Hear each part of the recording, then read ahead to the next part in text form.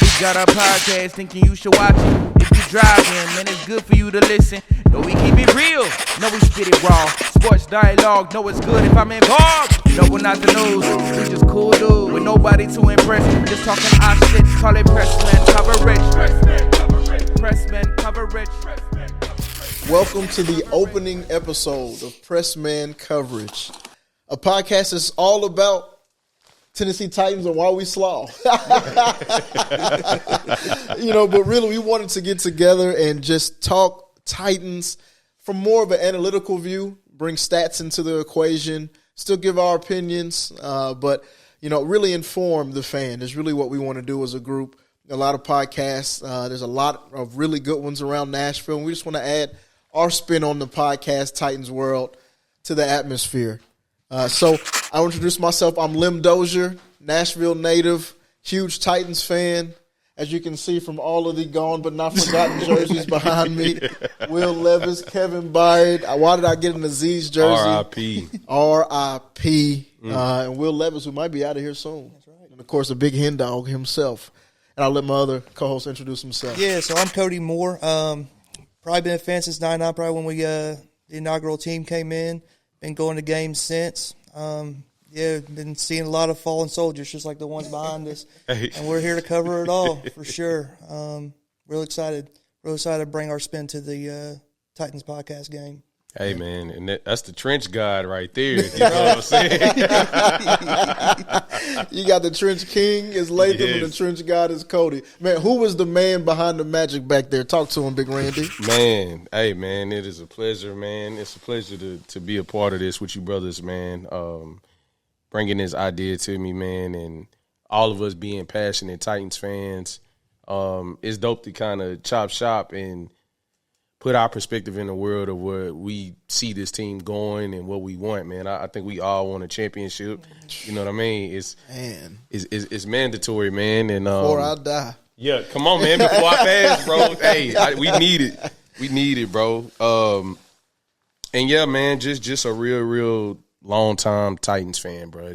I bleed two-tone blue. You know what I mean?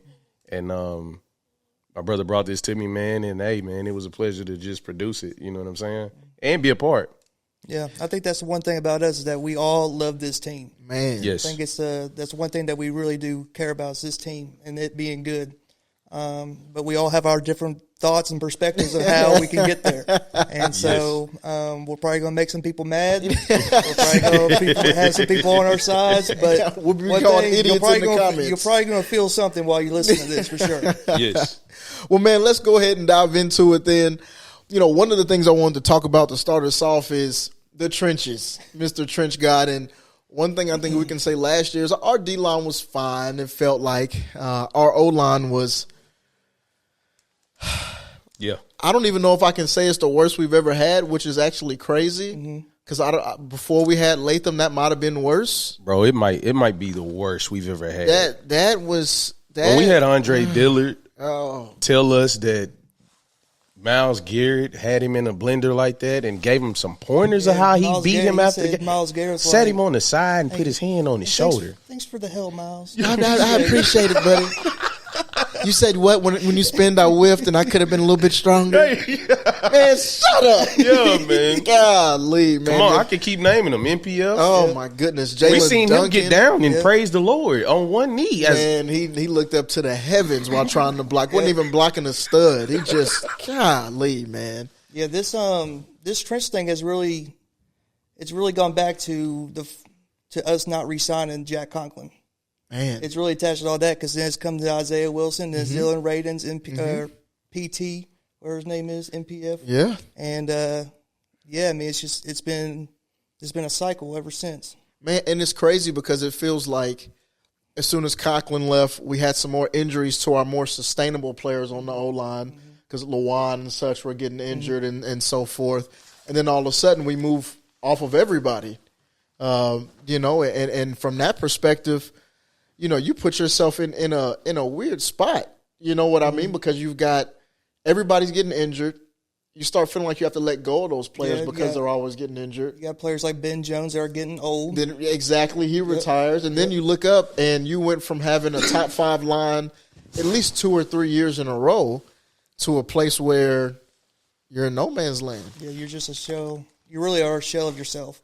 Because we used to be able to just pound the rock, hit play action, deep passes, and I mean, it was a simple formula and it worked. And when your offensive line can't hold up, then your quarterback is screwed. And you got people like Ryan Tannehill getting hurt. Yeah, you got people like Will Levis getting hurt, and they're just all continuing to fall.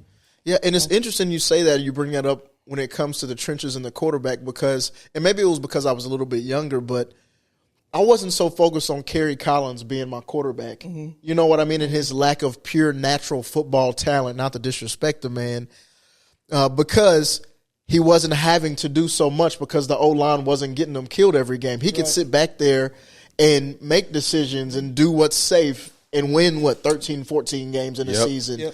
Yep. So I wasn't too worried about the quarterback position at that point. Even when we first got Tannehill, sure, he came in, we paid him a decent amount of money, and we knew he wasn't a top 10 quarterback, but we knew that he was good enough to get the job done and almost got the job done. Yeah, and the thing is with Tannehill is that, he became a top 10 quarterback because he was able to process. Yes. He had time. He had the line in order to protect him and kind of do what his strengths was just be precise and make them right read.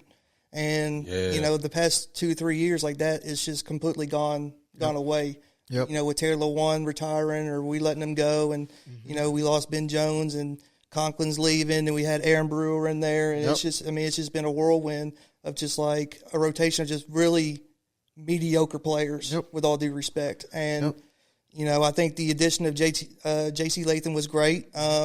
But, he's a right tackle that we try to put at left, and it worked for a while, but it ended up failing towards the end of the season.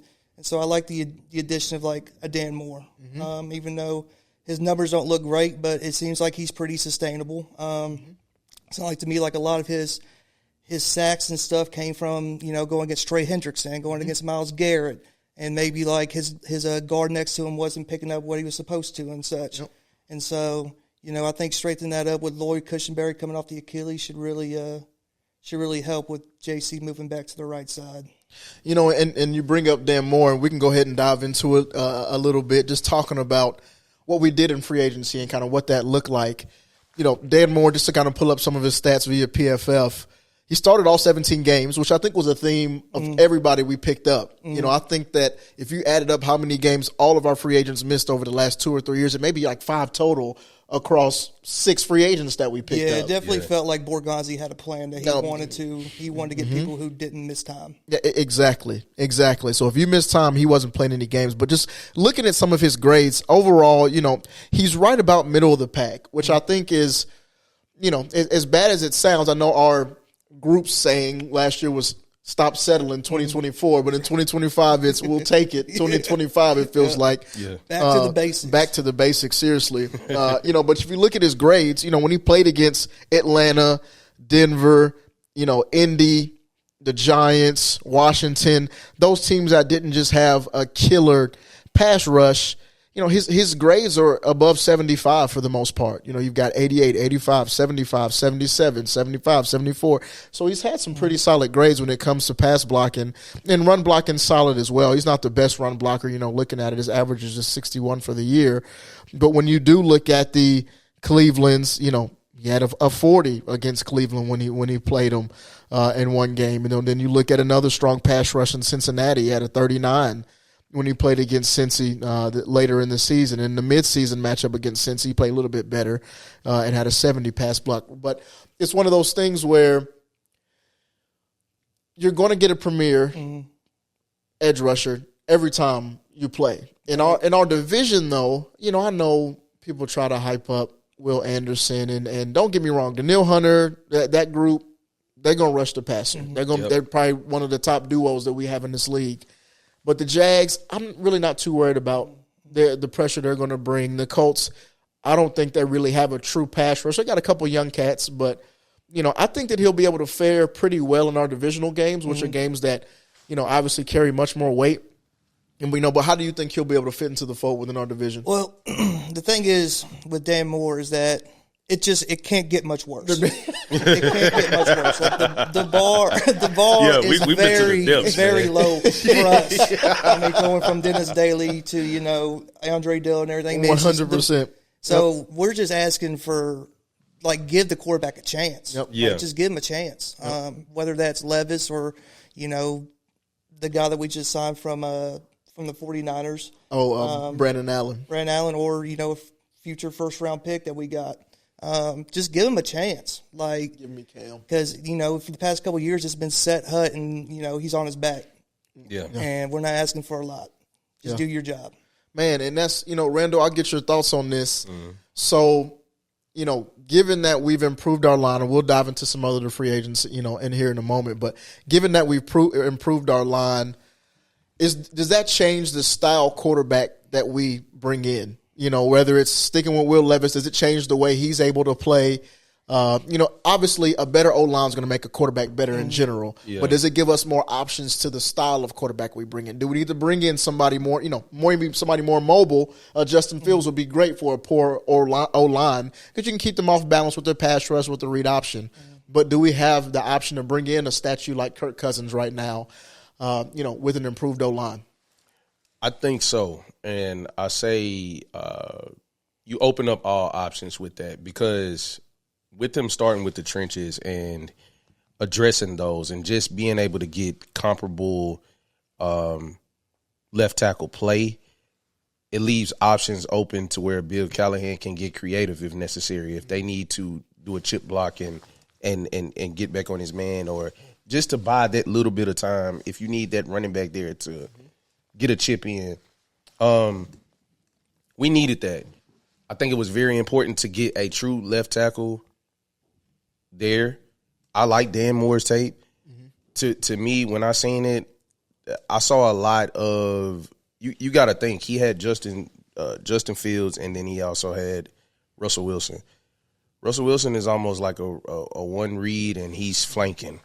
Known for holding the ball. Yeah, and a lot of that tape I seen, Dan Moore stayed in position. Now, he did get fooled a couple of times with certain moves, things like that. It happens. But for the most part, he kept his stance. And a lot of times, if it's not that that rhythm and connection between the quarterback and the left tackle, he doesn't know you're flanking out to the left all the way, and he's blocking his man, and you're leaving him a wide open shot at you. You know what I mean? It's certain things like that.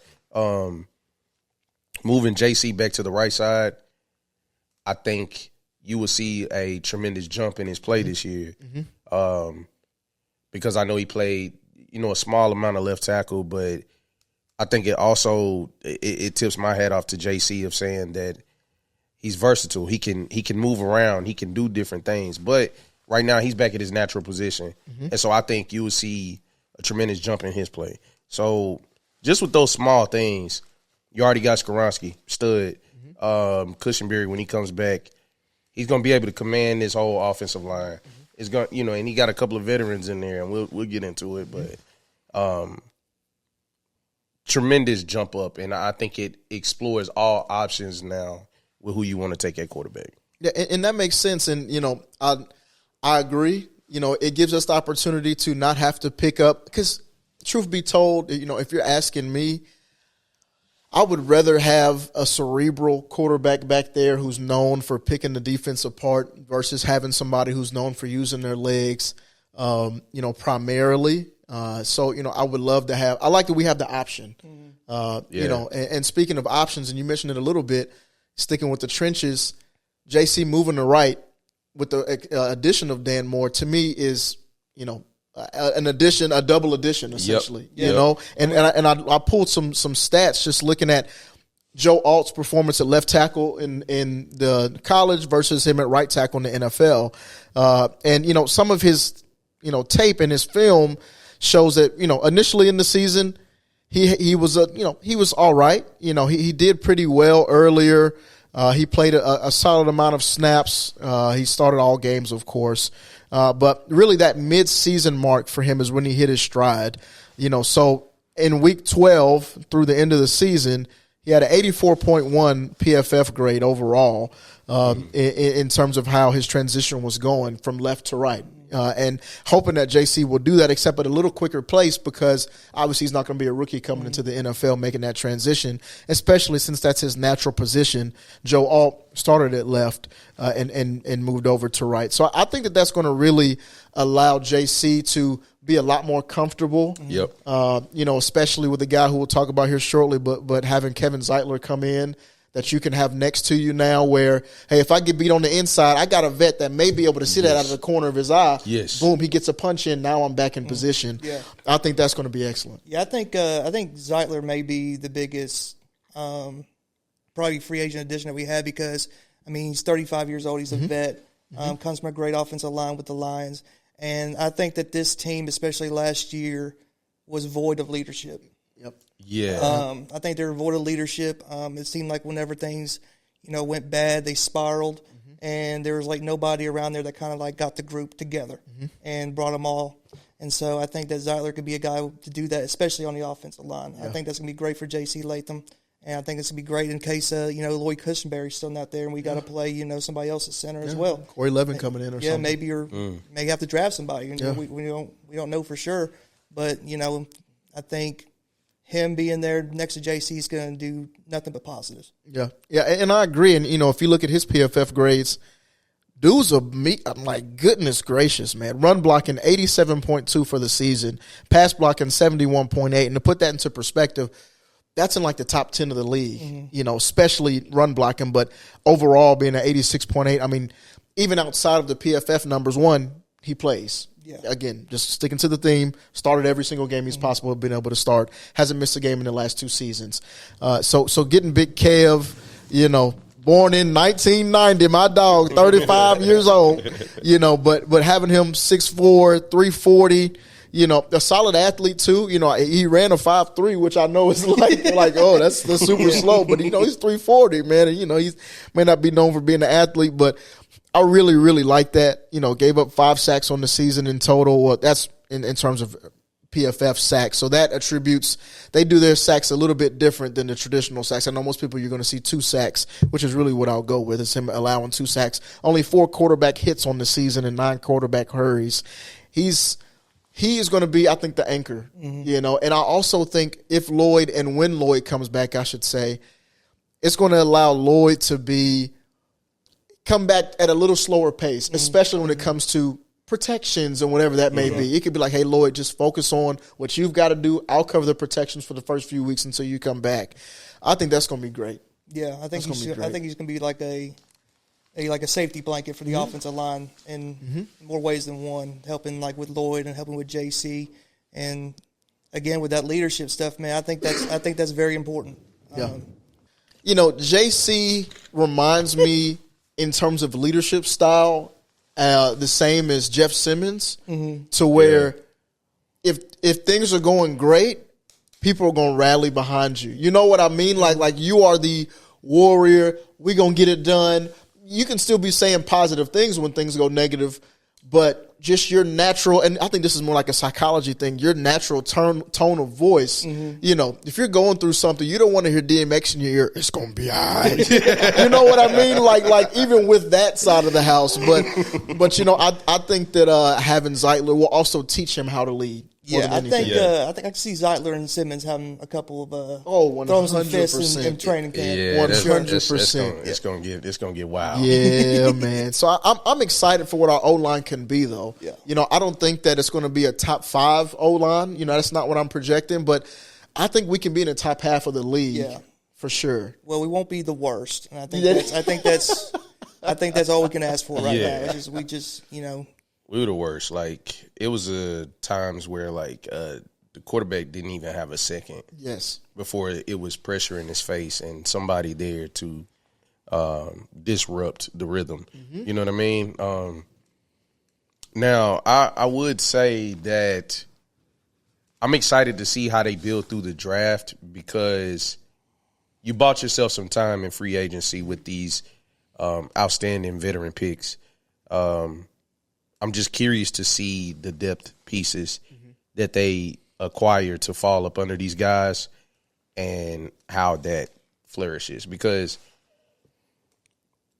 as a Titans fan, bro, like I always hated how, and which I'll back up. I like how Berganzi has took this approach of finding guys that is durable and reliable, and has been a consistent track record of these guys being able to play. Yeah. Availability has been a big killer for us. Mm-hmm. We may have some splash players, but not on the field. If they get hurt, it's over. So I love that approach, and I'm just curious to see how these guys shake out and how he builds depth up under. That's one thing that I love, how other teams are orchestrating their teams. The Lions, for instance, the 49ers for years had tremendous depth. Yep. You know what I mean? So it didn't matter if a guy rotates out, the production is still going to be high level. Yep. And you know what? I think that's big because right now on the O-line, just to kind of give you what our starters look like, Dan Moore, Peter Skoronski, Cush, Kevin Zeitler, J.C. Latham. Great. From a tackle perspective, we got Blake Hance, who we picked up from the Jags. So I think it's going to be – he's a solid swing tackle. He's played every position on the line except for center. So he's a swing lineman as a whole, but primarily a swing tackle. We still have MPF, John Ojukwu, Jalen Duncan, Isaiah Prince. We still have them? We still have them on the roster as of right now. Is Radens gone? Radens is gone. Okay. Where'd he go? I don't think he's been picked up yet. We didn't tender him. Gotcha. Wow. We didn't tender him. From a guard perspective, we've got Rupchich, was the only guy we did tender on the line. Arlington Hambright, Chandler Brewer, Logan Bruss, who's a guard/center. And then our backup center right now is Corey Levin. So as you bring up depth. Yeah, pray for health. Like, gosh, man. You know, like Blake Hance has shown the ability to be okay in spot moments, you know, but he's not a starter, obviously. I don't want 2 games of that. No, I don't. You know I don't want no games of MPF, John Ojukwu. John Ojukwu, keep being our reporters eligible, come in, extra lineman. Yeah. I'm totally fine with that. He did a good job in those roles last year. Jalen Duncan, Isaiah Prince, I'm good. It's going to have to be a competition or something like that. We got to get more pieces. We have to. Jalen Duncan, he's got to show out in training camp for him to be on the team. I mean, I'm even down with some undrafted free agents coming in and competing for those depth roles. You know what I'm saying? Like, like flush it out, bro. Like we're truly. This is the first year where we've truly had to admit, all right, we're rebuilding. You know what I mean? And we've been fighting that word for years, bro. So we didn't want to admit it last year. Didn't want to admit it the year before. We were retooling. You know what I mean? And then last year we had another word that we were doing. You know, and at the end of the day, we should have just said we were rebuilding years ago. You know, it's really what it should have been the thing. But you're exactly right, and I think there's already been a purge of those guys. You know, I think that we're not going to see, obviously we're not seeing NWI, you know, we're not going to see the Dylan Radens. You know, there's a couple guys that we're not going to see, you know, that we are traditional seeing as Titans people. We're not going to see them, you know, even with Stonehouse. So I think it's going to continue as we get in some players. When it gets to roster cut days, I think, you know, out of the MPF, John Ojukwu, Jalen Duncan, Isaiah Prince, maybe 2 of those guys at the absolute most are going to be on the team when the season starts. I could see it being a full flush out of us picking up some camp bodies that beat them out. Yeah, and I mean, we do have the number 1 pick. Yeah. And the way you can get more depth pieces, you can always consider trading it. That's definitely and, true. You know, Borgonzi has said that he wants to get, you know, at least 10 top 100 picks in the next 3 years. And, you know, in order to do that, number 1 pick is an option. Yep. To trade it back and accumulate. And that's how you get a lot of depth pieces. So yeah, and you're right. That's definitely an option. May not be the option I want right now. Yeah, that scares me. But I understand it, though. I definitely understand it. And, you know, with some of the moves, you know, we've put ourselves in, and we'll have a draft conversation for you guys coming soon for sure. But some of the moves that we made in free agency kind of leave it open to interpretation. We get one edge who's a solid edge. You know, we pick up a backup quarterback who's a backup quarterback. So are we setting ourselves up for Will Levis to be the guy? Are we setting ourselves up to draft Abdul Carter and let that other edge be with it? Like, we did set ourselves up to where we're not pigeonholed into one, and obviously free agency is not over. We're recording this, Saturday the 15th? Is that what today is? Saturday the 15th of March. So we've got some time left, but we'll see what happens. We'll see. Yeah.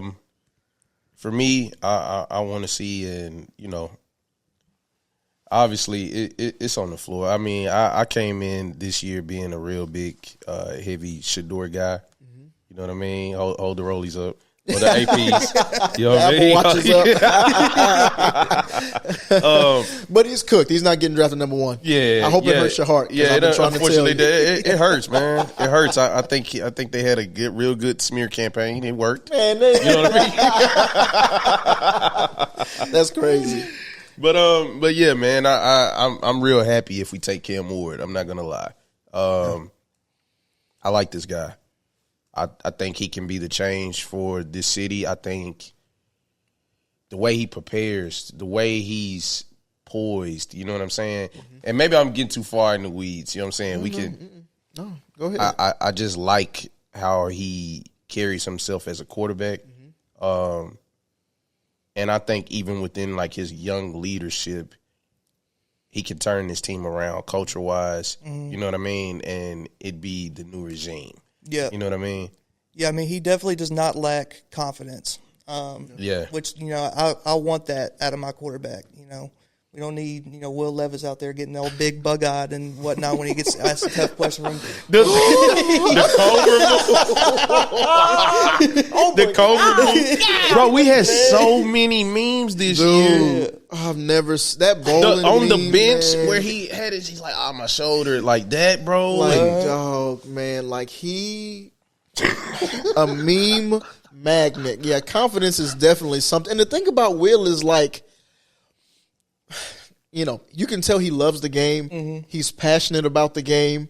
He's a football guy, but there's a difference in being a football guy and loving the game and just a pure confidence. You know what I mean? Like he's going to be a rah-rah leader, you know what I mean? But because of his own decision-making, when you try to lead during some poor times, it's like, dog, don't talk to me about keeping my head up. You just threw a pick six. Yeah. Now I got to get back out here again, and we finna run the ball 3 times and punt because the coach can't trust you. Yep. Yeah. And, I was pretty skeptical of Cam Ward, too, even, like, going into his year with Miami. And I'm a big Gators fan. He put it on us 350 and 3. Like, I was shocked. And, I mean, I think he's got all the talent in the world. I mean, just watching him just throw the ball compared to Shador, it just looks different, like coming out of his hand, right? It just pops. And to go with that confidence, I think is great. What do I want him at number one? I don't know. I mean, you kind of have to take the quarterback kind of thing, but I really like Abdul Carter too. I think the options are out there. It just all kind of depends on how Borgonzi feels about it. And if he wants to trade back and accumulate those picks or not. Yeah. Do y'all still think if we took Cam Ward at 1, that is still a great opportunity to trade down in the second? I do. Because we're at 35. Yeah. You know what I mean? That's right at the top. It's almost, if not the same value as if you're at 1 in the first round. So it's a lot of value there, especially if a guy, like a team, really wants a player and they're willing to trade up. I mean, we did it for Will Levis. Right. You know what I mean? So right. And the exact same pick was traded last year too. Yeah. And that kind of gives us the blueprint of what we would accept because, in that situation, I think it was 35 was traded. I think maybe 120, 130, something around there, and they got back into the 80s with that third-round pick that they received back by trading 35. I think they got 44 and 81 or 82. I may be off on those numbers, but in that range. And that would be great to have top 100 players because this is, everybody said the meat of this draft really, yes, there's some high-quality players in that top 10, but once you get out of, like, player number 12 to player number 50 or 60, you're really kind of picking your poison, or really it's really the same type of player, same range of player. So I love to have as you say, as many bites at the apple as we Yep. can. Yeah. Especially if we could trade back in the second and be able to do that and pick up an edge, pick up a wide receiver, which, Lord, we'll talk about that here in a moment. But, I think that that's definitely a possibility. And I'm excited for our next few conversations. Yeah, I think, and again, we did draft Cam Ward. I feel a lot more confident with, the offensive line that we've given him because I don't think Yes. he would, quote unquote, be seeing ghosts. Right, Like, right. like Sam Darnold was. So that's like a big, massive part too. It's just like I don't want my rookie quarterback just getting killed and becoming a shell of himself because he's so worried about like his offensive line not protecting him. But yeah, I do like the idea of trading back in the second and accumulating more picks that way because I think you still probably get your third round pick too that we don't have and everything. And I think that's a great idea in order to get like the 10 picks in the top 100 that Borgonzi's also talking about. I like that. And I think that there are a few things that, in terms of taking a quarterback, let's just all work under the assumption we're going to take Cam Ward, number one. You, at home, work under the assumption, believe it, do your rain dance, and we're going to take Cam Ward, number one. But for the sake of this podcast, let's...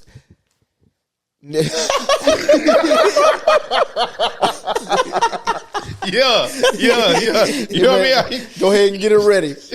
So let's make that assumption. And, I want to look at, the last two successful, which there were a lot more last year than ever. But let's say the top two most successful quarterbacks over the last couple of drafts and what their teams did in preparation for them and what that looked like. So, looking at Jaden Daniels, looking at CJ Stroud, looking at what, and I feel like they kind of took a few different approaches here.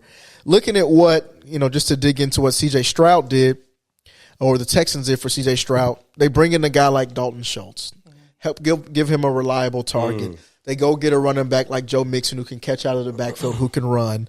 They make other additions like a Stephon Diggs as well to give him other receiver options. They draft Tank Dell, early. Was Tank Dell the year before C.J. Stroud, or did he come with C.J. Stroud? I think he came with C.J. I think the Stroud. same year. I think he came the same year as C.J. Stroud, which I would love to have a quarterback wide receiver tandem within the top first three rounds. That would be excellent if we could do that somewhere. I would love to have. I feel like every successful quarterback, not every, but a lot of the ones recently had something similar to that. So I would love to have that option. But they came in and they put some pieces around them. Now, their O-line hasn't been great over the last few years. It was kind of middle of the pack his first year, pretty bad last year, and they just traded all their O-linemen away this year too. Laramie Tunsil's gone out of there. I don't know what they're doing over there. They just plan on letting them get killed. I'm kind of confused by them just trading away all their it's like, oh, you can play O-line? Get out of here. Like, wait, what? CJ Stroud, like, my dog, what's going on? I was kind of confused by that as well. Yeah, but, they brought in, for the sake of the last couple of years, they brought in weapons with him. So, I'll jump into Jaden Daniels and we'll talk about that. But Jaden Daniels, of course, I feel like every time that you get a rookie quarterback, they bring in a tight end with him. So Zach Ertz came in with Jaden Daniels. They wanted to give him somebody who was a solid, easy, reliable option. And then on the other side of the house, obviously I already had Terry McLaurin there, which, in my opinion, people may be cussing me out at home. Terry McLaurin, I can't remember about to say this. Terry McLaurin, Calvin Ridley, I think are in the same tier of wide receiver. I know I'm about to get shot for that. I'm behind you, brother. I'm behind you. They are the lower end of wide receiver ones and would be an excellent wide receiver too, wherever they're at, if they went there. So, I think they're coming into similar situations without the tight end. Again, they brought a tight end there. The biggest thing that they did, though, with the Commanders is the year before Jaden Daniels got there, they were primarily a team that looked for the deep ball a little bit more and a lot of stuff over the middle. When Jaden Daniels got there, get the ball out quick. Let's focus on getting your accuracy numbers up. He had the most accurate rookie season of all time, but they focused their scheme more around him, giving him ability to extend plays, moving the pocket a little bit. A lot of things were underneath and just giving them that option there, and just really helped to be able to build their offense around them. So looking at that, I'll pitch it to you guys. Who are some of the players that you guys think and I'll pull their numbers as you guys are talking about them, that we can bring in, whether it's through the draft or free agency. Matter of fact, you guys take the draft, I'll take free agency, that you think will really help. Let's just, again, we're assuming we draft Cam Ward, help him be successful. I'll start with you, Cody, and we'll go to you next, Randall. I think, he had a great rapport with Restrepo in Miami, great slot guy. I think that would be a great way to go for sure. The guy from Ohio State, Ibuka, I think. I think he he got overshadowed from by Jeremiah Smith a lot. Everybody did. That's true. I think he's a baller for sure. Yeah. And then I'm a Gator guy, so I got to say Chimere DK. Ran 4.340. Can run every route on the tree. Talk that Cody. Yep. And so I think that'd be a great addition. And we may need more than one. I mean, we may need more than one because considering that we got Calvin Ridley, and I think our number 2 right now is Bryce Oliver. Oh no, it's not. You're not about to disrespect my big dog, Big TB, Trey Lance. He's got a whopping 699 yards. On this season, and 4 games played. That's great. Yeah, big stud. Yeah, but I do agree though that we need more than one. And I look at Restrepo, just kind of pulling up some of his numbers here. First of all, the fact that you did the salute, bro. That man is cooked. Man. Cut him, bro. He's over his asthma now. He's ready to get to it. Yes, sir. Who needs separation? We traded A.J. Brown for that man, bro. Still hurt. Man, I'll never forget that moment. We're trying to get J. Rob's ghost out of the that's what we're trying to do. The ghost of Treylon is a strong one. So, and the fact that we lose money if we cut him, it's not a lot of dead money, but we'll go into that in a different time. So, looking at what Mr. Restrepo did, he torched Florida. Yeah, he did. Yeah, 8 targets, 7 receptions, a tub, 112 yards. Woo! Yes, Lord. And obviously, he's a slot receiver, and that's one of the things that I think would be really helpful is to have a dynamic slot receiver. Mm-hmm. We haven't had a dynamic slot receiver in Titans history. I don't know who Drew Bennett was. He he was on. I think he was primarily outside. I think they put NWI in the slot a lot. I said dynamic. I could be wrong. Yeah, he ran. True. Hey, last year he had 9 touchdowns, but 3.5 million. We decided to let that go. We got Van Jefferson coming in with Bryce Oliver and Shout out Van Jefferson, man. Nashville native. I respect it. But I think Restrepo. He's shifty for sure. Yeah. I think he can give the middle of the field some problems. And they already got a rapport together. And that's something that I would like that too. Mm-hmm. Have a rapport together. You know where he's going to be. And just again, I don't know when the last time the Titans have really had a solid slot option. Like no disrespect to Tyler Boyd, he's past his prime. I would love to have a young, dynamic, get up out of there, type of slot option. That would be excellent, man. And again, for the season, put up 1,200 yards close to it, 11 touchdowns, and especially he's playing primarily in the slot. Like that's excellent. Mm-hmm. I would love that. He played in the slot 90% of his snaps, played outside on 10% of his snaps. So essentially a pure slot receiver. Mm-hmm. So I think that's something that's going to be big, is to have somebody like that. Now he did fumble, I think both of his last 2 games, so just tighten up, buddy. But you've got a couple 3 touchdown games in there, multiple touchdown games wrapped in there too. I think Restrepo is a good option. And who else did you mentioned Emeka Egbuka. So let me just pull up Emeka Egbuka because I just want to see what he looked like there. I don't know if I want to go over Tremere DK, but we can do that if you need to. The fact that he had 800 receiving yards playing with Jeremiah Smith. Yeah.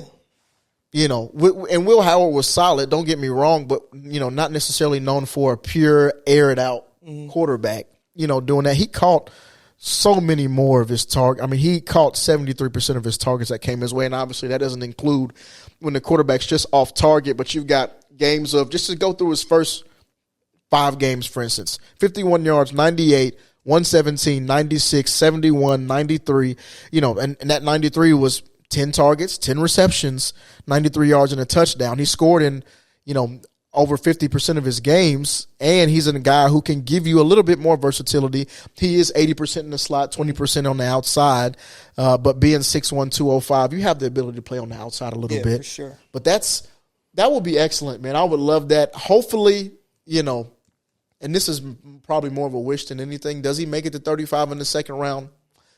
Maybe a slimmer chance, but if he's there, I think you sprint to the podium. I think you have to at least give it a chance. And then, I know we ain't going to look at Chimere DK that much. But, again, we can look at him. He's pretty solid. I know we got to get Randall's takes on his players too. Yes, man. So, I got two guys. I got an edge, and then I have a receiver. That's right. So I know the receiver. You were thinking that was Torrey Horton, right? Horton. Yeah, man. Torrey Horton. Colorado State.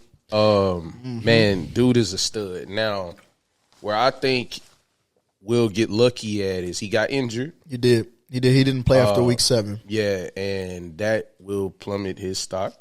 And I think he will be a late round gem. You know what I mean? Mm-hmm. I think if he falls in the 4th, 5th, you sprint up here and get him, man. Great hands, precise route running. 6'3". Yeah. He's 6'3". 6'3". Yeah. Oh snap! You know what I'm saying? And contested catches, dude. He's not afraid of traffic. He can get in there. 50-50 balls. I'm banking on him. Mm-hmm. Just dynamic in open space. Man, he torched Colorado when they played him. You know what I mean? He was the go-to the whole game. So it's just like I really like that kid. I think if he falls in those late rounds, man, you go grab him. Yep. You know what I mean? Get him in that wide receiver room with Ridley, and let's see what we can do. And and I know to go against the theme of our offseason when it comes to get guys who've never been hurt. But, when you look at his last 2 games this year before he got hurt, 9 receptions, 7 receptions. One game he had 158 yards and a touchdown. The other one he had 75 yards as well. He was really coming into himself, those last few games before he got hurt, and it was against some pretty solid competition. And you look at his 2 years prior, you look at 96 receptions, 8 touchdowns, 1,200 yards, and that's me rounding up. Then you've got 71 receptions, 1,200 yards, 8 touchdowns again. So he's proven, in those back-to-back seasons, and he was on pace. I mean, even though he only played in technically 5 games, he still had 331 yards. He was going to get close to that 1,000-yard mark again. But you look at a guy who looks like he was going to be on pace for 3,000-yard seasons in a row, 8 touchdowns in the prior 2 seasons apiece. That's a guy who can give you some depth and versatility, and he's a guy who's played a little bit more of a mixture. He's 35% in the slot, 65% on the outside. So it does give you a little mix there. Yeah, I know you said that he went crazy against Colorado. I'd be interested to see how much he went up against Travis Hunter. And kind of see how those numbers looked if he was pressed up against Travis. Man, that'll be excellent. That'll definitely be something that I pull. And as we get closer to the draft, we'll have some clips that will show you guys some all-22 footage, and I'll pull up some of you guys' favorites and kind of the concepts that the Titans did, how they will fit into those concepts, and we'll dig into that because I think that'll be something that'd be nice to look at to see if he matched up against them, because that will really tell me. Maybe we find some of the top corners and see if he played any of them and see how he lined up against them, because I would love to see that for all of the prospects that we're looking at. When the dogs are in front of you, did you bark? Or did you get bit? Yeah. Talk that. Only 2 options. So I like that. And, for me, looking at, kind of towards the NFL free agency, there are 2 options in particular for me that I think that I really like for this team, I think could be solid. So one being Elijah Moore. Elijah Moore, 5'10", played for Cleveland last year, currently on the market, at least as of today. Hopefully he wants to come back, and play for a team like us. But he had about 538 yards. He's a guy who plays in the slot a decent amount, but he did play 40% of his snaps on the outside as well. So he's a guy who can do a little bit of both. He's decent in the contested catch range, but really more so of get the ball in my hands and make things happen.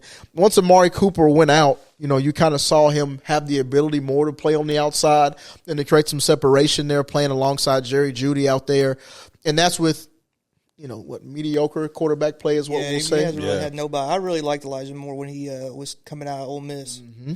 Mm-hmm. Yeah, I like him too, man. I think with the right scheme, man, he could be very, very productive. Mm-hmm. You know what I'm saying? Yeah. And it's one of those where you think he's older than what he is. He was just drafted in 2021. Mm-hmm. I don't know why, for me, I'm thinking he's 2018, 2019. It's probably because he's been on multiple teams. Yeah, that's definitely true. Been on multiple teams. That's definitely true. And he also played for the Jets, and we all know how we feel about people playing for the Jets.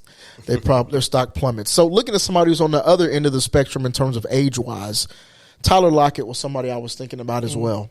Tyler Lockett has been productive his whole career. Lockett. He's Love right. Tyler Lockett. he's somebody who, yes, he's not going to be the 1,000-yard guy, or whatever, but he's consistent. 600 yards last year. He only had 2 touchdowns, but that's really not his game.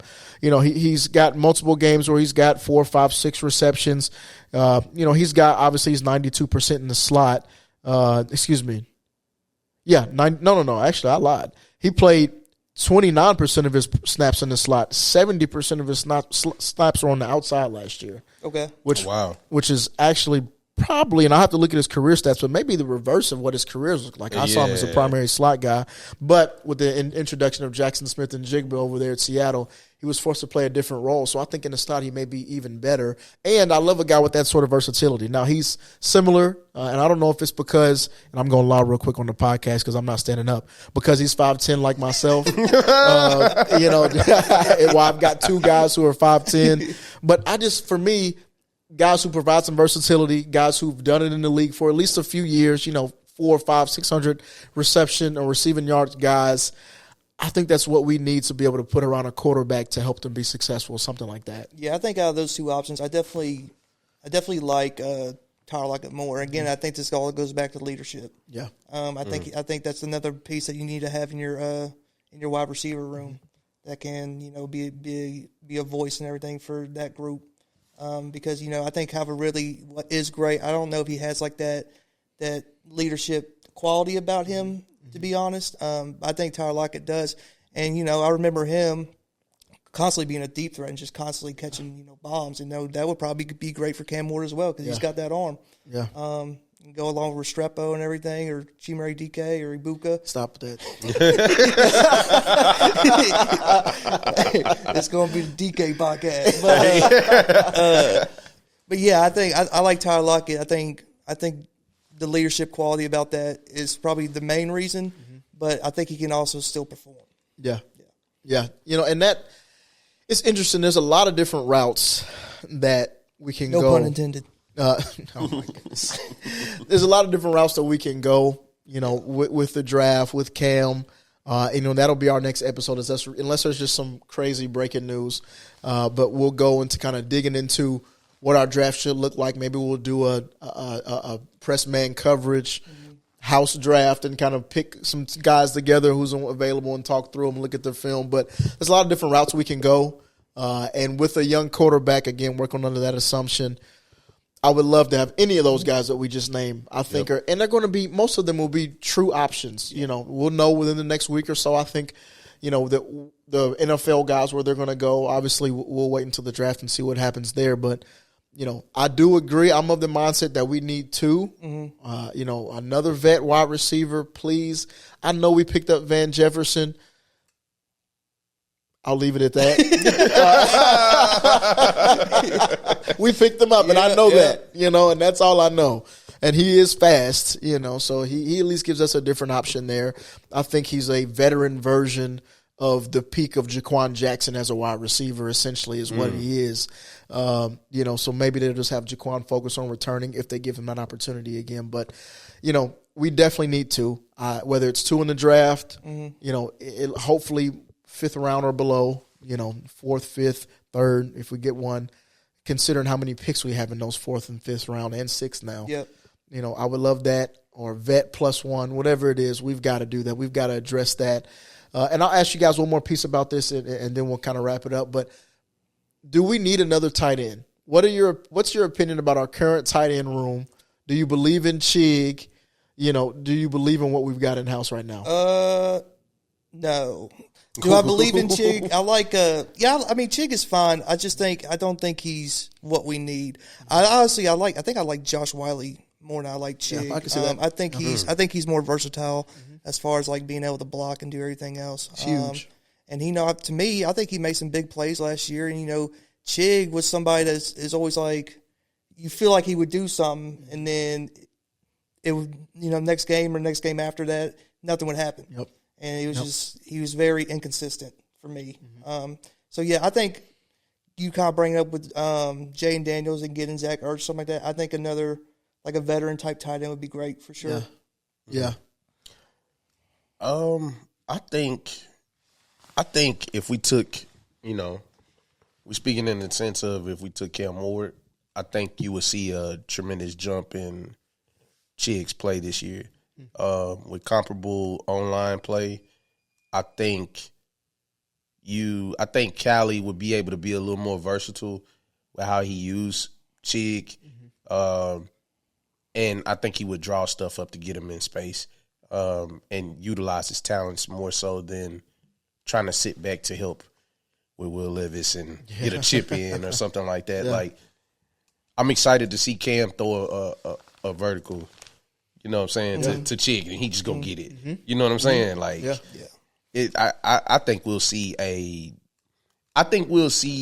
that year before we were expecting out of Chig. You remember when he started flashing and it was like, oh, we got us one. Yep.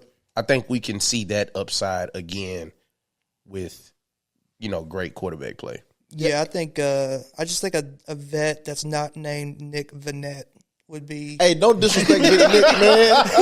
He was out there fighting for his life out there, man. No, I know what you mean. No, I think we just need like an upper veteran for that room as well. No, I agree. And I'll bring this kind of all back to the topic we started with, being in the trenches, having the opportunity to, and we're focusing on the offensive side of the trenches today. We'll pivot towards defense at another time, but not having to chip every play as a tight end and actually get into your route, I think that'll help out a ton as well, because I think we underestimate, like, oh, man, with Chig, blah, blah, blah, he only even had 4 targets on the game. Well, he spent 70% of the game chipping on the defensive end before he can get out into his route.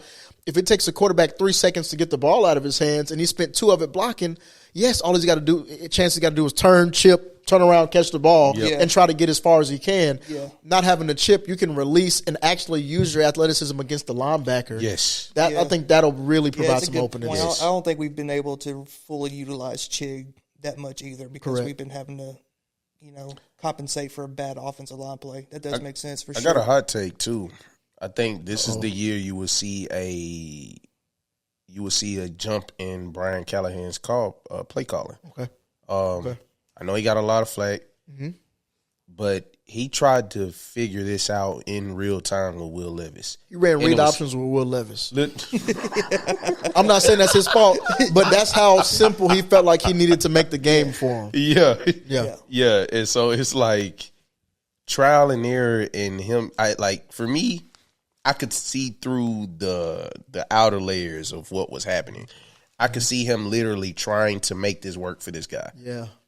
Every week. Yeah. You know what I mean? But he also set the expectation. He said that he could coach around a bad offensive line. He said that in a press conference. He said that. Yeah. So, he set the expectation to us, and he couldn't do it.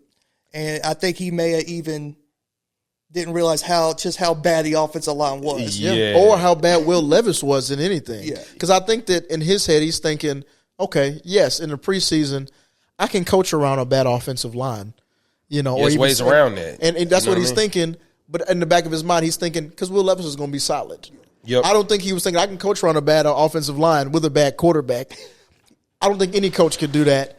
But I completely agree, though, that he probably got a little in over his skis and understanding, okay, I can't do anything down the field unless it's deep play action with every extra lineman and tight end I've got. Yeah. You know what I mean?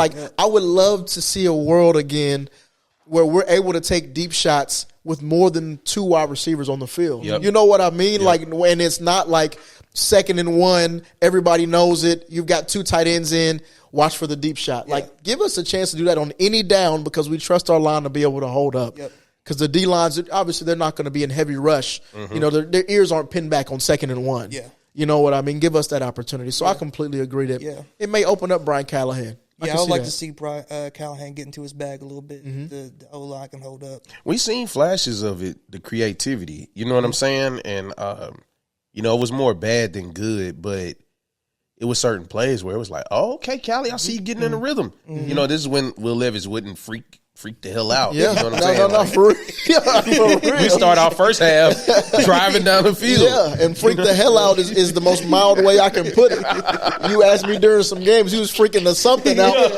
I'll tell you that. Because, man, and you know what? It's interesting to see, though, that, in terms of average separation, our wide receivers were top 5 in the league. So it's one of those where it's like, well, with decent wide receivers last year, and they maybe have fallen in the top 10 by the end of the year. I'm thinking of stats, around week 12 or so.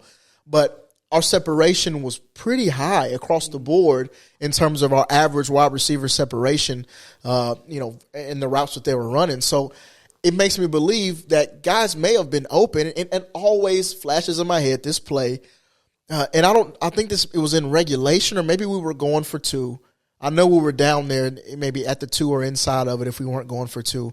We snapped the ball. Will Levis has an opportunity. Chig is flashing in front of his face. Mm-hmm. Brian Callahan said in the press conference after the game that was supposed to be his first read. Doesn't even look there. Tries to force him. I think it was to NWI in the back corner or something like that.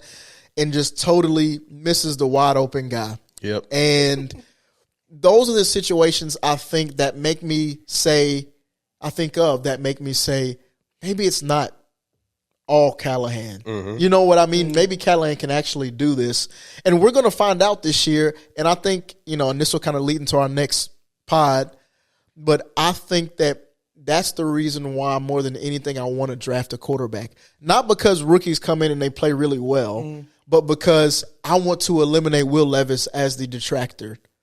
I would love that, and I think that'll provide us. There's a host of deer running through my yard. That was crazy. But, I would love to be able to, see if take as many of the variables out. Okay, you've got a solid O-line. Yeah. You've got a new quarterback who's shown he can be productive, at least at the college level. Because let's make no comparison. Will Levis' senior year versus Cam's senior year, or Will Levis' junior year versus Cam's senior year, is still no comparison. Yeah, it's different, yeah. It's different. The type of throws he was making as well was different with the talent around him. People make the assumption that Miami had this just great offense. No, they didn't have just a ton of pieces around them outside of Restrepo. There were some guys who made look really good, but outside of Restrepo, who's going to go in the first 4 or 5 rounds from Miami on the offensive side? So, I think that's going to be an interesting conversation to have, for sure. Yep. For sure. But any thoughts in closing today, fellas? No, I just think that I'm real excited for this whole podcast journey that we're taking, and I love talking ball with the boys. That's one thing I love doing. It's a big passion of mine. I grew up going to school, listening to George Plaster in the mornings and Mark Howard on the way home, rest in peace. Just being able to kind of do that for myself or whatever with y'all, it's awesome. Man, Randy, what you got for us? Man, I love it, bro. I love, like you said, man, just talking shop, talking ball, man. I'm excited to cover this team throughout the season. Yeah. You know what I mean? I really think it's going to be special us covering the resurgence of the Titans, because people get to playing on a name, bro. They disrespecting this dog. I'm not standing for it. Yeah, bro. So I want us to be here to be able to cover it through that and then see the trajectory of where it could go. You know what I'm saying? So I'm excited for this journey. Yeah, and if you are listening to this podcast right now, let me tell you one or two things. Either one, you know us, which ignore y'all, but you are a Titans fan. And if you are listening to a podcast about the Titans after we won 3 games, you're going to be here when we win 13. We coming back, baby.